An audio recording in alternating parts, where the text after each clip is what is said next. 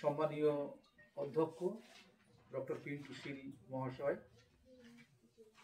আজকের অনুষ্ঠানের প্রধান অতিথি doctor Pradip Kumar Chatterjee Chowdhury, former DPI, government of West Bengal, এবং আমরা যাকে পিকেসি স্যার হিসেবে জানি,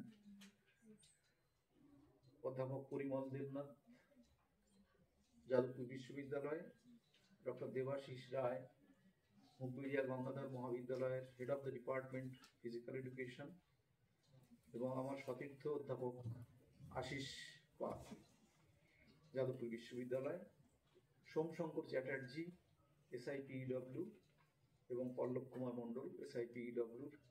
এছাড়া রাজর্ষি বাবুও রয়েছেন, তাদেরকে আমার হার্দিক শুভকামনা, শুভেচ্ছা জানাই, আন্তরিক ভালোবাসা জানাই, এবং যারা স্টুডেন্ট তোমরা রয়েছো তোমাদের জন্য উজ্জ্বল ভবিষ্যতের কামনা করি। মূল সেমিনারের যে বিষয়, যে ওয়ার্কশপটা SIPEW-তে আজ যেটা হচ্ছে, career counselling and professional preparation. এখন এই দুটো বিষয় মূলত এখানে সিভি লেখার বিষয়টা এসে গেছে, সুজিতবাবু বলেছেন খুব সুন্দর করে, এবং প্রতীকবাবু খুব সুন্দরভাবে কিন্তু বলেছেন যে ইনস্টিটিউট কি চায় সেটা কিন্তু সব থেকে বড় কথা।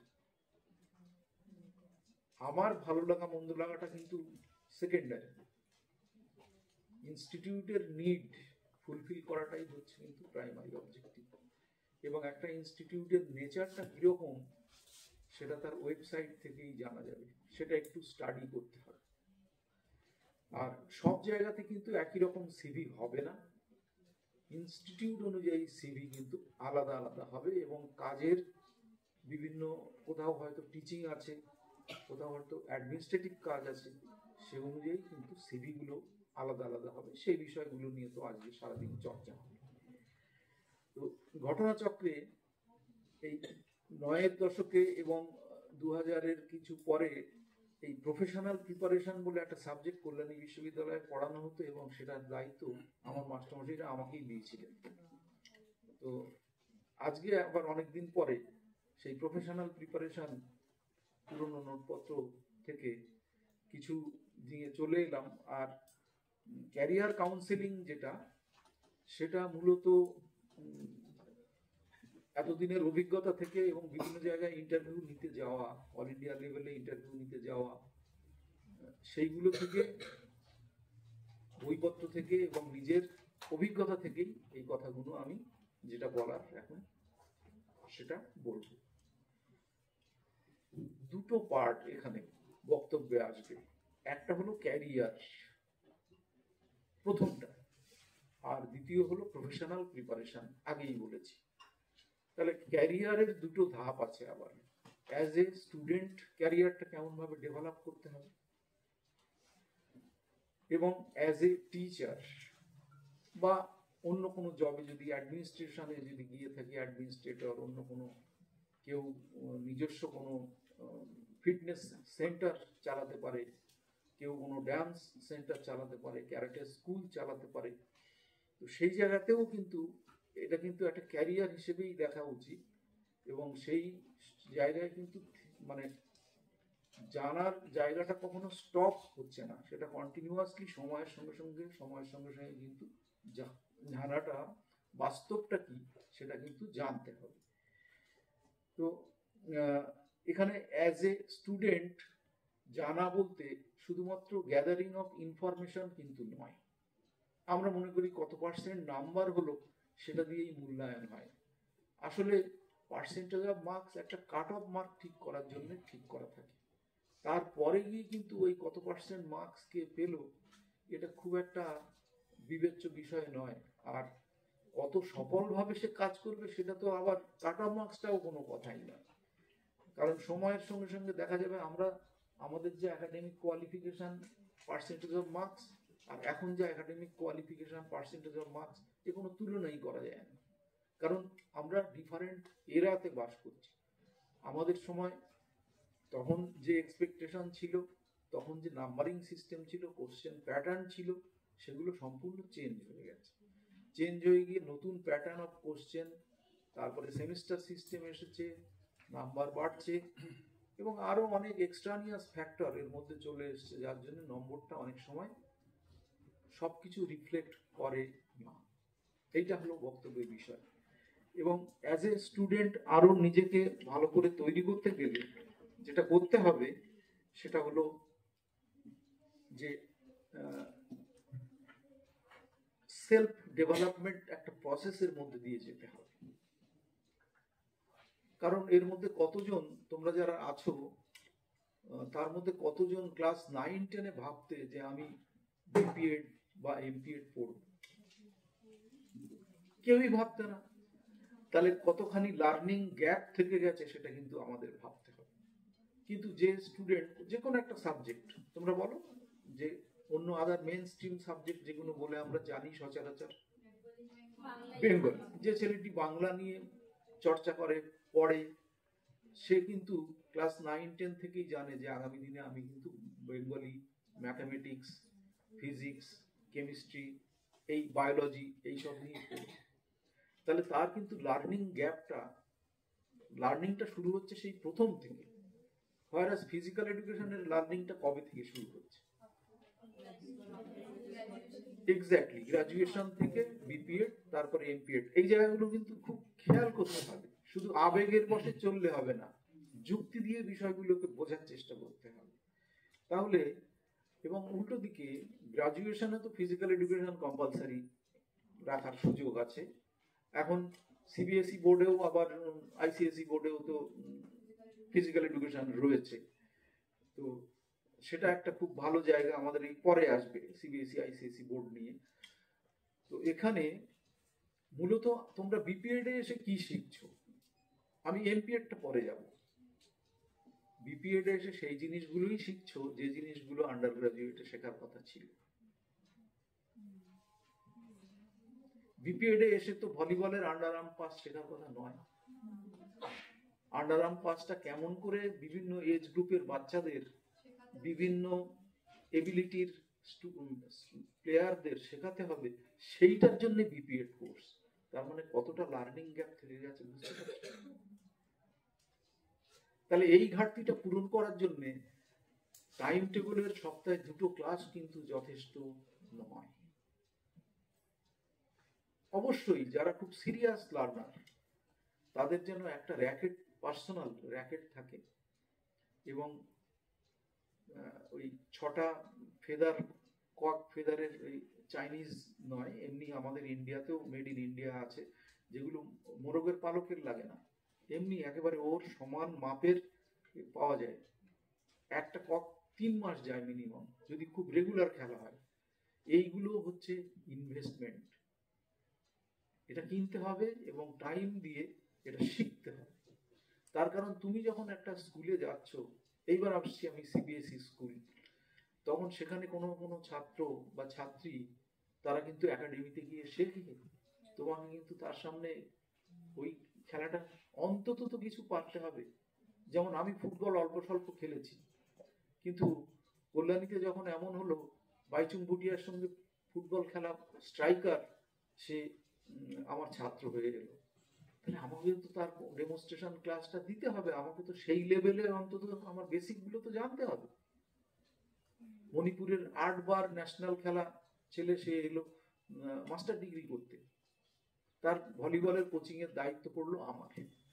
তাহলে আমাকে তো এই জায়গাগুলো এম্বারাসিং। কারণ একটা দিন যখন ওইটি, আর আরেকটা মুশকিল হলো ফিজিক্যাল এডুকেশনের ক্লাস মাঠে সবাই দেখতে পায়, টিচার কতটা পারে আর পারে না এটা কিন্তু সবার সামনে হাটে হাঁড়ি ভাঙার মতো জেনে যায়, যার ফলে ওখান থেকে উইথড্রল সিনড্রোম শুরু করে, নিজেকে গুটিয়ে নেয়, সে নিজেকে ঠিক কমফোর্ট ফিল করে না। কিন্তু এগুলো কারেকশন করার জায়গা আমাদের মাস্টারমশাইরা 1 বছরের বিপিএড কোর্সে এই সুযোগ দিয়েছিলেন। এখানে তো 5 দিনই হয় সপ্তাহে, নাকি না 6 ডেজ? 6 ডেজ, অসুবিধা নেই। শনিবার তো ফুল হয় না, হাফ। তাহলে 1.5 দিন সময় থাকে। ওই 1.5 দিনে কিন্তু পড়াশোনাটা কিন্তু মেকআপ করতে তো হবেই সময়ে সময়ে, আর ওই 1.5 দিনে কিন্তু প্র্যাকটিক্যালটাও মেকআপ করতে হবে, যখন যে সেমিস্টারে যে প্র্যাকটিক্যাল যাচ্ছে। এবং এখানে নিশ্চয়ই শেখানো হবে স্কিল লার্নিং এর যে বিভিন্ন পর্যায়গুলো, ওইটা যখন একবার স্কিলের পর্যায়ে পৌঁছে যাবে তখন আর কিন্তু আমি কিন্তু ব্যাডমিন্টন এখন আর বলে বলে খেলতে পারি, ভলিবলও তাই, ফুটবলও তাই। শিখিয়েছেন কে, টিপস গুলো দিয়েছেন কে? মাস্টারমশাইরা, টিচাররা। টিচারদের প্রত্যেকটা অ্যাডভাইস এইগুলো, কারণ তারা পড়াশুনো করছেন প্লাস নিজের উপরে অ্যাপ্লাই করে সেইটা কিন্তু এক্সপেরিয়েন্স শেয়ার করছেন। অনেকটা শিখতে হবে বলে আমরা একটু মনে হয় কমফোর্ট জোনটা থেকে বেরোবো না, তাহলে কোন রকমের নাম্বারটা হয়ে যাচ্ছে, নাম্বারটা হয়ে গেলেই তার মানে আমি শিখে গেছি না। এই ভাবনাগুলোর মধ্যে কিন্তু কোনো রেশনাল থিঙ্কিং নেই, ইরেশনাল থিঙ্কিং। এবং স্টুডেন্টরা বেশি বেশি নম্বর পেয়ে যখন হেঁটে চলে বেড়ায়, বেশি নম্বর পেলে ভালো তো, আমাদের ছেলেমেয়েরা কম্পিটিশনে গিয়ে নম্বর বেশি পেলে যারা বেশি নম্বর পেয়েছে অন্য ইনস্টিটিউট তাদের সঙ্গে কম্পিট করবে, সে পিছোবে না। এই স্পিরিট থেকে নম্বরটা কিন্তু দেওয়া হয়, এইটা জিনিস কিন্তু মনে রাখতে হবে, যাতে আমাদের ছেলেমেয়েরা কম্পিটিশনে বঞ্চিত না হয়। তা না হলে যদি আমাদের আমরা যে নম্বর পেয়ে আমাদের একাডেমিক ক্যারিয়ারে যা নাম্বার, সেই নাম্বার নিয়ে আজকে আমরা যেখানে এসে দাঁড়িয়েছি, এই নাম্বার যদি আমাদের স্টুডেন্টদের দিই, তারা কোথাও দাঁড়াতে পারবে না, অ্যাপ্লাই ওই স্ক্রিনিংয়েই বাদ চলে যাবে। এই জিনিসটা কিন্তু মাথার মধ্যে রেখে দাও, যে তোমাকে কিন্তু যাতে এই স্ট্যাগার দেওয়া বলে না, স্ট্যাগার দিয়ে দেওয়া হয়েছে, যাতে তোমাকে কেউ বাদ দিয়ে না। তাহলে এই সেলফ ডেভেলপমেন্টের মধ্যে প্রতিবাবু বলেছেন ভারী সুন্দর করে যে ইনস্টিটিউশনের স্ট্রেংথ এবং উইকনেস, উনি স্ট্রেংথ অ্যান্ড উইকনেস বলেছেন, ওটা ইনস্টিটিউশনের দিক থেকেও তোমার নিজের দিক থেকেও।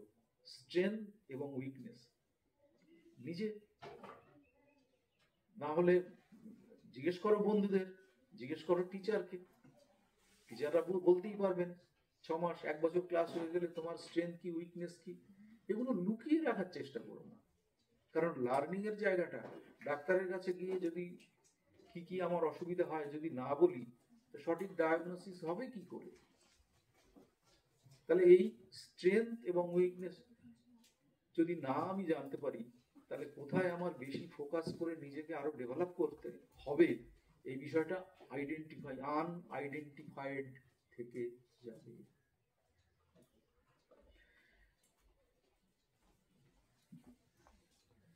যে অ্যাটিটিউড বা অ্যাপ্রোচ নিয়ে এতদিন পড়াশোনা করে এসেছি, বিপিএড কোর্স এমন একটা কোর্স, খুব ভাইটাল কোর্স। এমপিএড আমি অত বলছি না, কারণ ওইটা ওই ফ্লোতেই চলে যাবে, মোমেন্টামে চলে যাবে এমপিএড।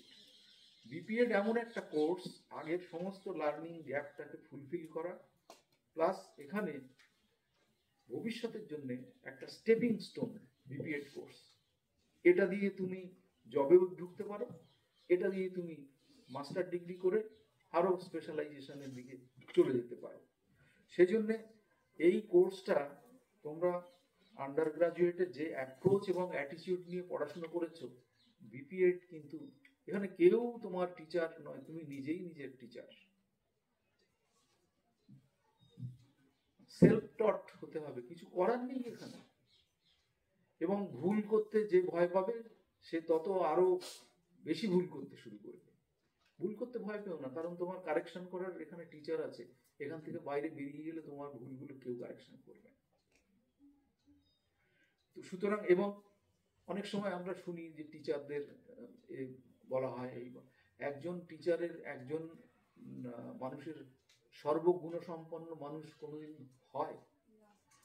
10 জন টিচার থাকলে তার best best best best quality গুলো তুমি নাও। এবার তুমি দেখো তোমার মধ্যে কি কি গুণ আছে আর কি কি নেই, সেগুলোকে, যেগুলো তোমার পছন্দ নয় সেগুলোকে বর্জন করো, আর যেগুলো তোমার পছন্দ, যেরকম হলে তোমার ভালো লাগে, যেরকম বিহেভিয়ার তুমি এক্সপেক্ট করো, তুমি সেই রকম বিহেভিয়ার করতে শুরু করো। তাহলেই দেখবে তোমার অ্যাপ্রোচ এবং অ্যাটিটিউডের আস্তে আস্তে আস্তে আস্তে চেঞ্জ গুলো আসছে। তারপরে যেটা হয় সেটা হলো গিয়ে প্লেসমেন্ট। এই প্লেসমেন্টটা তো অত্যন্ত ইম্পর্টেন্ট বিষয়, কারণ ফিজিক্যাল এডুকেশন স্বতন্ত্র কোর্স, বিপিএড এমপিএড একেবারে ফোকাস কোর্স। এটা এমন নয় যে একেবারে এখান থেকে জাস্ট পাস করলে একটা অর্নামেন্টাল ডিগ্রি হলো বা সে গ্রাজুয়েট হলো, এরকম নয়। এটা পোস্ট গ্রাজুয়েট ডিগ্রি। তাহলে এই কোর্সটার একেবারে সাংঘাতিকভাবে প্লেসমেন্ট ওরিয়েন্টেড কোর্স। সেই প্লেসমেন্ট ওরিয়েন্টেড কোর্স বলে এখানে এই বায়োডেটা বা রিজিউম এই জিনিসগুলো কিন্তু আসছে, নাহলে অন্য কোর্স হলে কিন্তু এই বিষয়গুলো নিয়ে আলোচনা করার কিন্তু অবকাশ থাকতো না। তো সেই দিক থেকে আমি এই SIPW কলেজের অধ্যক্ষ এবং সহ শিক্ষিকাদের আমি ধন্যবাদ জানাবো যে তারা এইরকম খুব এফেক্টিভ একটা বিষয় নিয়ে সেমিনার করছেন বা ওয়ার্কশপ করছেন। এবং এই সময় এখানে আমি আমার ব্যক্তিগত খুশির জায়গাটা বলি, আমি বেশ কয়েক বছর ধরেই লক্ষ্য করছি হেস্টিংস হাউস থেকে ছেলে মেয়েদের ছাত্রীদের ভালো প্লেসমেন্ট হচ্ছে, এবং হেস্টিংস হাউস থেকে যারা যাদবপুরে যাচ্ছে আমি তাদের মধ্যে কিছু গুণগত তফাৎ লক্ষ্য করছি। তার মানে নিশ্চয়ই কোথাও সদর্থক কোনো এখানে কিছু রোল প্লে করছে, এবং টিচিং লার্নিং এনভায়রনমেন্টটা কিন্তু সেভাবেই হয়তো একটু ভিন্ন বলে মনে হচ্ছে। কারণ বিভিন্ন ইনস্টিটিউট থেকে তো ছাত্রছাত্রীরা আসছে আমাদের ইনস্টিটিউটে, এখানে বিশেষ উল্লেখের দাবি রাখে যে তোমাদের কমিউনিকেটিভ ইংলিশ ক্লাস হচ্ছে, আমি এসে আজকে জানতে পারলাম। সেই জায়গাটা যদি আসি আমরা, আমাদের ছেলেমেয়েরা স্টুডেন্টরা বিশেষ করে বাংলার বাইরে যখন ইন্টারভিউ নিতে যাই সেন্ট্রাল ইউনিভার্সিটিগুলোতে, বাংলা থেকে একজন দুজন করে যায়, এবং সব থেকে ঝাড়খায় ইংলিশ। কারণ হিন্দিটা বলা কঠিন, হিন্দির জেন্ডার খুব প্রবলেম, যদি জেন্ডার তো হিন্দি বেশ কঠিন। সব হিন্দি হলো আমাদের দেশীয় ভাষা, সেই ভাষাটাই যদি ভুলভাল বলে তাহলে তার সম্পর্কে ইমপ্রেশন খুব খারাপ হয়ে যায়। ইংরেজি দু একটা ভুল বললেও কেউ কিছু মাইন্ড করে না, কিন্তু অন্য রাজ্যে বিশেষ করে উত্তর ভারতের এগুলোতে তারা তো হিন্দি সুযোগটা পায়, দক্ষিণ ভারতে তারা ইংরেজিটা বলে। সেখানে মাঝখানে পড়ে আমাদের বাংলার ছেলে মেয়েগুলো তারা জানে, তাদের নলেজটা আছে, কিন্তু সেই নলেজটাকে তারা কমিউনিকেট করতে পারছে না। ওখানেও কিন্তু সেই স্কিল, আমরা কিন্তু সবাই বাংলা মিডিয়ামে পড়া, কিন্তু আমাদের কিন্তু ওই ব্যারিয়ারটা ভেঙে বেরিয়ে আসতে হয়েছে। না এলে এটা তো ওই যে তোমার ইন্টারেস্টটা দেখবে না, যে তোমাকে জব দেবে, প্লেসমেন্ট দেবে, সে তার ইন্টারেস্টটা দেখবে যে তার স্টুডেন্ট বলো, তার ইনস্টিটিউশনের জন্য তুমি কতটা এফেক্টিভ হতে পারবে। এখন এই কমিউনিকেশন স্কিলের একটা হলো রিটেন কমিউনিকেশন, কোনো জায়গায় কিছু লিখতে দিল, অনেকজন এসে গেছে, বললো ঠিক আছে তোমার এই থটের উপর তুমি একটা লেখা দিয়ে দেখে নিল তার রাইটিং স্কিলটা কেমন আছে। দ্বিতীয়ত দেখলো যখন ইন্টারভিউ দিতে যাচ্ছেন আসছে, এটা একটা খুব ইন্টারেস্টিং বিষয়, আমার খুব ভালো লাগে সাইকোলজিতে এই বিষয়টাও রয়েছে। ইন্টারভিউ খুব তাৎপর্যপূর্ণ। অনেকে অনেক কিছু ভালো জানলেও ইন্টারভিউ পারফরমেন্স ভালো করতে পারে না। আবার অনেকে তার নলেজ লিমিট, তো নলেজের সবারই থাকবে, সেই লিমিটেশনের মধ্যে থেকেও ইন্টারভিউ পারফরমেন্স অনবদ্য করে বেরিয়ে আসে। এটা আমি চাক্ষুষ করেছি বেশ কিছু আমাদের নিজেদের স্টুডেন্টদের উপরে। তার নলেজ যদি ধরো এই কলেজে যারা পড়াচ্ছেন, তোমরা ইন্টারাকশন করছো, 4 বছর পড়ার পরে একজন টিচার বুঝতে পারেন যে নলেজ লেভেল কত নয়, কিন্তু দেখা যাচ্ছে কম্পারেটিভলি কম নলেজ আছে, কিন্তু তার কমিউনিকেশনটা এত সুন্দর, ভার্বাল কমিউনিকেশন এত ভালোভাবে সে করছে, তখন বোর্ডে যারা বসছেন তখন বোর্ডের সবাই তাকে বলছেন যে অনেক যোগ্য ক্যান্ডিডেট বলে মনে করছেন, অপেক্ষাকৃত কম নলেজের একজন ক্যান্ডিডেটকে। আর একটা ইম্পর্টেন্ট আছে, সেটা ভার্বালের থেকেও বেশি তার ওজন, সেটা হলো নন ভার্বাল কমিউনিকেশন। মানে যে কমিউনিকেশনটা আমার স্বতঃস্ফূর্তভাবে চলা, কথা বলা, ড্রেস কোড, সেলফ গ্রুমিং, এইগুলো কিন্তু আজকের দিনে প্রফেশনালিজম। এবং সেখানে আবারও আমি পিকেসি স্যারের ওই জায়গায় যাব, যে আমি কোন ইনস্টিটিউটে কাজ করতে যাচ্ছি সেই ইনস্টিটিউটের সঙ্গে সামঞ্জস্যপূর্ণ গ্রুমিংটা যেন আমার থাকে। গ্রুমিং মানে তো তোমরা বোঝো তো ব্যাপারটা, গুড। তাহলে ড্রেস কোড থেকে আরম্ভ করে ওই ড্রেস কোডটা পরে আসতে হবে, এবং গট গট করে চলাফেরা করতে হবে, তাহলে কি হবে, ওইটার সঙ্গে তুমি আত্মস্থ হয়ে যাও। আমি ওইটা তুলে রেখে যত্ন করে রেখে দিলাম না, তাহলে তো ইন্টারভিউর দিন একটা নতুন ড্রেস পরে গেলে, হঠাৎ যদি একটা নতুন ড্রেস পরে কেউ আসে, তার মনে হবে যে এই জায়গায় ধুলো লেগে গেল, এই জায়গায় হয়ে গেল, ওইটার সঙ্গে অ্যাকাস্টম নয়।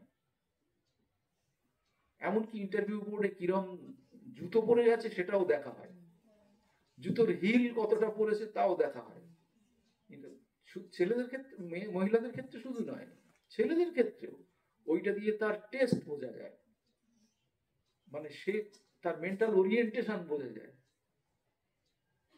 শার্ট, স্ট্রাইপ শার্ট না চেক শার্ট, যদি হাইট কম হয় স্ট্রাইপ শার্ট পরলে হাইটটা একটু বেশি মনে হয়, যদি সে চেক শার্ট পরে হাইটটা একটু কম মনে হয়, একটু ভারী মনে হয়। এরকম এত সব মাইনুট জিনিসগুলো সব আছে। আর যিনি প্রশ্ন করছেন, ওই প্রশ্ন পুরোটা শুনে না। অনেকের মধ্যে attention deficit hyper activity syndrome, সাইকোলজিতে এগুলো কম বেশি সবার ক্ষেত্রেই থাকে। কোশ্চেনের লাস্ট অবধি শোনে না, বা কোশ্চেনটা শুনে একটু ভেবে উত্তর দেয় না। উত্তর দেওয়ার সময় কার দিকে তাকিয়ে আমি উত্তরটা দিচ্ছি, কোথায় গিয়ে আমি প্রশ্নটা শেষ করছি, ওই প্রশ্নটা উনি কেন করছেন, উনি কি ঠিক একেবারে ওর ইন টোটো উত্তরটা জানতে চাইছেন, না ওই প্রশ্নটা করে তার সাইকিটা বোঝার চেষ্টা করছেন। এই জিনিসগুলো কিন্তু আস্তে আস্তে আস্তে আস্তে আস্তে আস্তে ওই সেলফ গ্রুমিং এর মধ্যে দিয়ে এগুলো যাবে। এগুলো এত কথা বলছি, এগুলো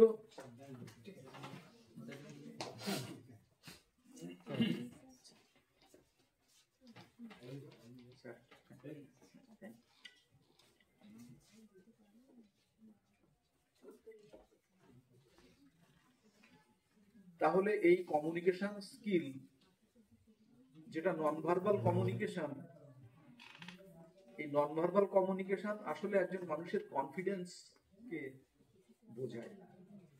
তোমরা উসেইন বোল্টকে দেখেছো? সে যখন ট্রাকে চলে কিরকম চলে? হ্যাঁ, তোমরা সুনীল গাভাস্কারকে কমেন্ট্রি করতে দেখেছো? কিরকম ভাবে কমেন্ট্রি করে?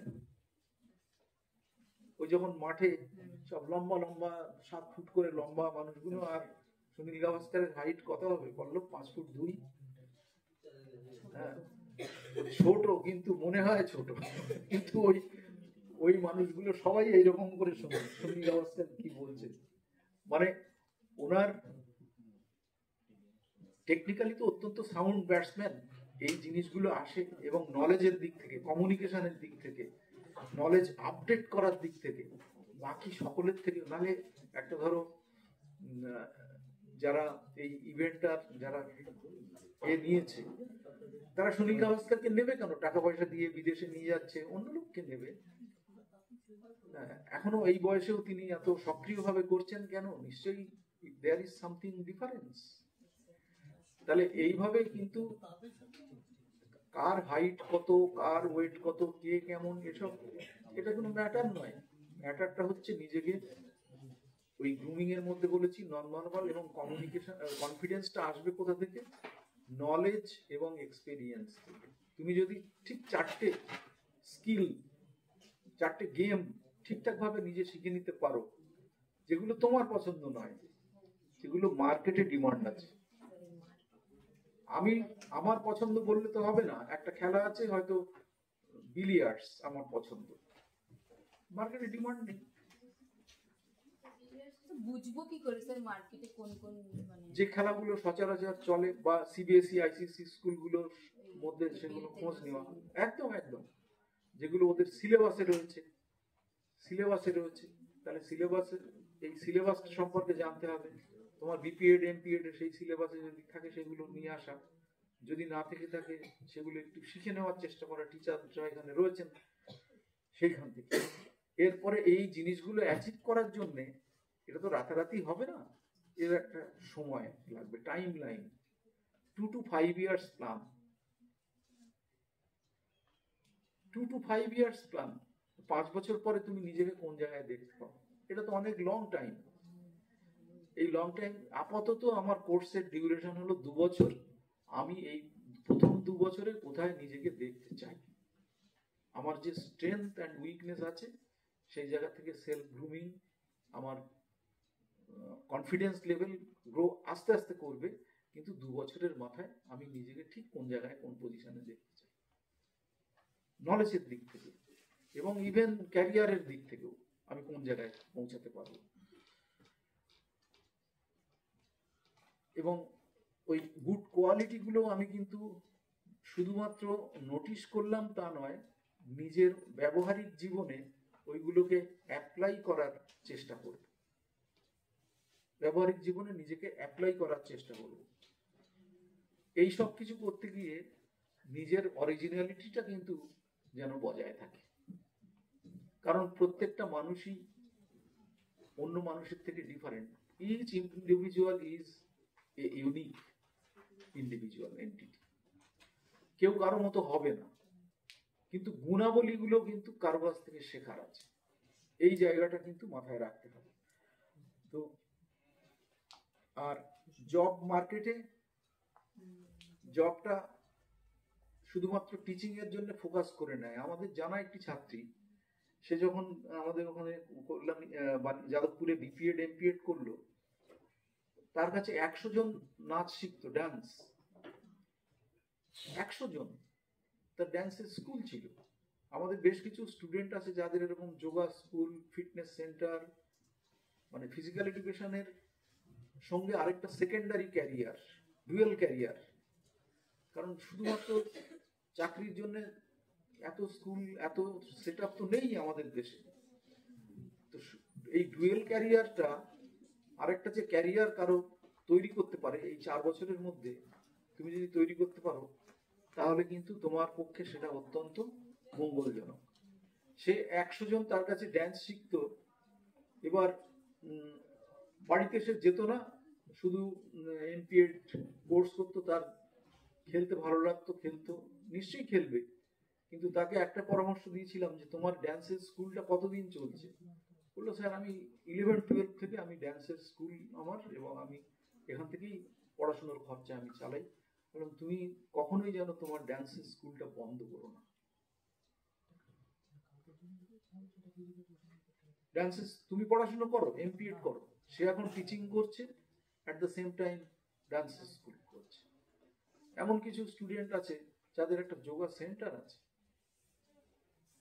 সে আবার টিচার।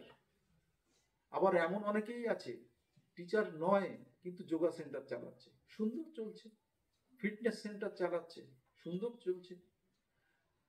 তো এই জিনিসগুলো বিপিএড, এমপিএড এবং আন্ডার গ্রাজুয়েট কোর্সের নেচারটা বলেছি। এবার মাস্টার ডিগ্রির নেচারটা কিন্তু যেটা বলা হয়নি, এমপিএডটা কিন্তু মূলত তোমার আরো হায়ার লেভেলের জবের দিকে, তোমার ইমিডিয়েট যদি প্রয়োজন হয় তুমি বিপিএড করে জবে যাও, কিছু পয়সা করি সেখান থেকে, যদি তোমার সেই রকম ভাবে অসুবিধা থাকে এসে তুমি আবার এমপিএডটা করো। এমপিএডটা কমপ্লিট করা কিন্তু খুব জরুরি হয়ে পড়েছে, কারণ 11-12-এ ফিজিক্যাল এডুকেশন আছে। 1978 এবং 2015-তে ইউনেস্কো ফিজিক্যাল এডুকেশন এবং স্পোর্টকে ফান্ডামেন্টাল রাইট ঘোষণা করেছে। সেজন্য অনেকেই আমরা ওরিড হয়ে পড়ি যে চাকরি বাকরি পাবো তো কোর্স শেষ করে, কিন্তু আমরা ওরিড হই না এটা নিয়ে যে আমি যতটা যেভাবে শিখছি, যা শিখছি, আমি কি 100% দিয়ে শিখছি,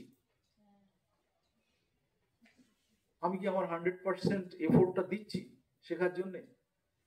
প্রতিদিন আমি নিজেকে কি আরো উন্নত আমি হয়ে উঠছি, না আমি যেমন ছিলাম সেরকমই আছি, ভাবছি সবকিছুই অটোমেটিক হয়ে যাবে? অটোমেটিক কিছু হবে না। তো এবার প্রফেশনাল প্রিপারেশন, তাহলে জব মার্কেটের কথা ভেবে কিন্তু নিজের ক্যারিয়ারটা ডেভেলপ করতে হবে। প্রফেশনাল প্রিপারেশনের পার্টে যে কোর্সটা বলবো, যে প্রথমেই উদাহরণের মধ্যে তোমরা বলে দিয়েছো যে বাংলা, অঙ্ক, ইংরেজি যে সাবজেক্টগুলো সাধারণত মেন স্ট্রিম সাবজেক্ট হিসেবে আমরা দেখি, ফিজিক্যাল এডুকেশনের অর্থ তো এখনো আমরা অনেক মানুষ বুঝি না, যার ফলে ফিজিক্যাল এডুকেশনকে সেই অর্থে মেন স্ট্রিম সাবজেক্ট বলে, যদিও সিবিএসই আইসিএসই করেছে, আমাদের ওয়েস্ট বেঙ্গল ওরাও করছে, কিন্তু সেইভাবে কিন্তু রিক্রুটমেন্টের জায়গাটা কিন্তু খুব একটা নয়। রিক্রুটমেন্টের জায়গাটা বরং প্রাইভেট ওরিয়েন্টেড অর্গানাইজেশনগুলোই বেশি হচ্ছে। এবং এখানে এই কমিউনিকেশন স্কিলে একটা বিষয় আমি ছেড়ে এসেছি, যে তোমার নলেজ এক, তোমার কমিউনিকেশন স্কিল যদি ভালো হয়, রেঞ্জ যা দেখছি চাকরিতে 15,000 থেকে 65,000। কমিউনিকেশন স্কিল কম, স্কুলের একজন টিচার দরকার, ঠিক আছে 1 বছর রেখে দিয়ে চালিয়ে দেখি, পরের বার আরেকজন ভালো টিচার নেব, তাকে 15,000 টাকায় রেখে দিচ্ছে। ওটাকে আমি কিন্তু মনে করছি না এটা একটা পার্মানেন্ট সলিউশন। যদি একটা স্কুল কাউকে মোর দ্যান 40,000 দেয়, তাহলে বুঝতে হবে স্কুল তার ইন্টারভিউতে স্যাটিসফাইড, এবং এটাই বলছে যে তোমাকে 1 বছর পরে আমরা কোনো একটা স্কেলে, যে পোস্ট গ্রাজুয়েট বা আন্ডার গ্রাজুয়েট, এই যে স্কেলটা, এটা 1 বছর পরে যখন তোমার প্রফেশনারি পিরিয়ডটা কেটে যাবে, সেই সময় তোমাকে আমরা ওই স্কেলে ফিট করবো। তার আগে তুমি কন্ট্রাকচুয়াল হিসেবে কাজ করবে 1 বছর। ওরা ওই সময়টা দেখে নিতে চাইছে যে আমার স্কুল, কারণ স্কুলগুলোর মধ্যে কম্পিটিশন হয় তোমরা জানো, তাহলে স্কুলগুলোর সেই কম্পিটিশনে, স্টুডেন্টদের কম্পিটিশনে এগিয়ে দিতে গেলে তার মুখ্য ভূমিকাটা কাকে নিতে হবে? টিচারকে নিতে হবে। তো ওই জন্যই প্রথমে যদি দেখছে যে খুব ভালো ইন্টারভিউ দিচ্ছে, আমাদের এই রিসেন্ট পাস্টেও হয়েছে, দুটো জায়গায়, একাধিক জায়গা থেকে তারা পাচ্ছে, আর যে জায়গাটা সেটা হলো আমার কমফোর্ট জোনের মধ্যে কি আছে। এখানে কলকাতার 10 কিলোমিটারের মধ্যে বাড়ি আছে কতজনের? কলকাতা থেকে 10 কিলোমিটারের মধ্যে, উইদিন 10 কিলোমিটার, উইদিন 50 কলকাতা থেকে। তাহলে আমি বলবো যে, বা বড় শহর দুর্গাপুর হতে পারে, বর্ধমান হতে পারে, শিলিগুড়ি হতে পারে। কেন বলছি, এই শহরগুলোতে সোসাইটি যেভাবে যায়, মানুষ কিন্তু তার পেশা নির্বাচন বলি, তার সবকিছুই তার সোসাইটিকে ফলো করে। সোশ্যাল যে চেঞ্জ গুলো, সেইটার সঙ্গে সঙ্গে মানুষের এগুলো চেঞ্জ হতে থাকে। এই স্কুলগুলো কিন্তু সব প্রাইভেট স্কুলগুলো যারা জব দেবে, তারা সব এরকম জায়গায় যেখানে পপুলেশন ডেনসিটি খুব বেশি। কারণ সেই স্কুলগুলো রান করতে গেলে তার যে রানিং কস্ট, সেটা তুলতে গেলে নাম্বার অফ স্টুডেন্ট অনেক বেশি আনতে হবে। তাহলে নাম্বার অফ স্টুডেন্ট বেশি আনতে গেলে, যেখানে কমিউনিকেশনটা ভালো আছে এবং অনেক জায়গার লোক স্টুডেন্ট আসতে পারবে সেই জায়গায়। কারণ চাকরি করা আর পড়াশুনো করা দুটোর মধ্যে তফাৎ আছে। কেউ আলিপুর থেকে গিয়ে তোমার দমদমে গিয়ে চাকরি করতে পারে, কিন্তু আলিপুর থেকে গিয়ে কেউ দমদমে গিয়ে পড়াশুনো করতে পারে প্রত্যেক দিন? এটা সম্ভব? এটা তো সম্ভব না। তাহলে বাড়ির কাছাকাছি স্কুল হতে হবে, কিন্তু ওই ভাবনাটা সরিয়ে রাখতে হবে যে আমার জবটাও আমার বাড়ির কাছে হবে, স্কুলটা আমার বাড়ির কাছে, এটা হতেই পারে, কিন্তু জবটা আমার বাড়ির কাছে হবে, এই ভাবনাটা কিন্তু ভাবলে হবে না। আরে প্রাথমিক তো একটা জায়গায় তোমার ক্যারিয়ারে তোমাকে তো একটা এক্সপিরিয়েন্স গ্যাদার করতে হবে।